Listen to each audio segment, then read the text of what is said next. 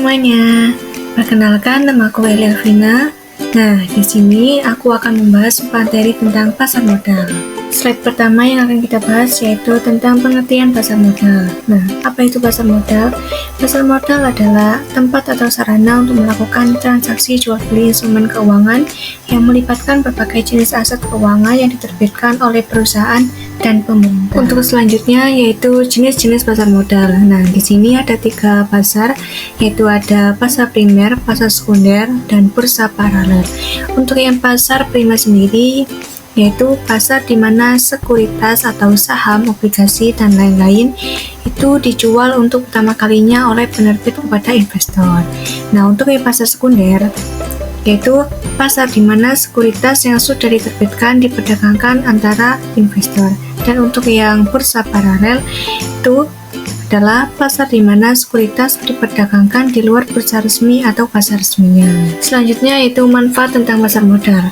Nah, untuk manfaatnya itu yaitu pertama memberi jalan untuk membangun jaringan bisnis baru. Yang kedua, investor dapat mengalih-alih kepemilikan perusahaan. Yang ketiga, itu sebagai wahana investasi bagi para investor. Yang keempat, menopang perekonomian suatu negara. Dan yang terakhir yaitu sebagai sumber pendapatan negara.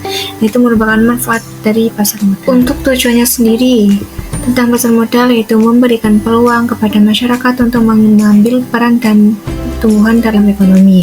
Terus juga memberikan peluang atau kesempatan kepada masyarakat untuk menjadi bagian dari kepemilikan perusahaan. Dan yang terakhir yaitu memberikan peluang kepada pelaku bisnis untuk memperoleh sumber modal dalam rangka melakukan ekspansi. Jadi manfaat dan tujuan pasar modal itu tidak hanya memberikan manfaat bagi individu dan perusahaan, tetapi juga berperan penting dalam mendukung perekonomian secara keseluruhan.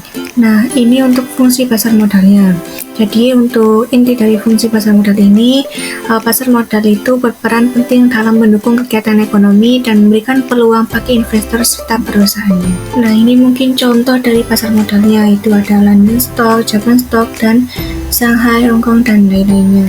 Mungkin itu saja sedikit penjelasan dari saya materi mengenai pasar modal dalam video pembelajaran ini.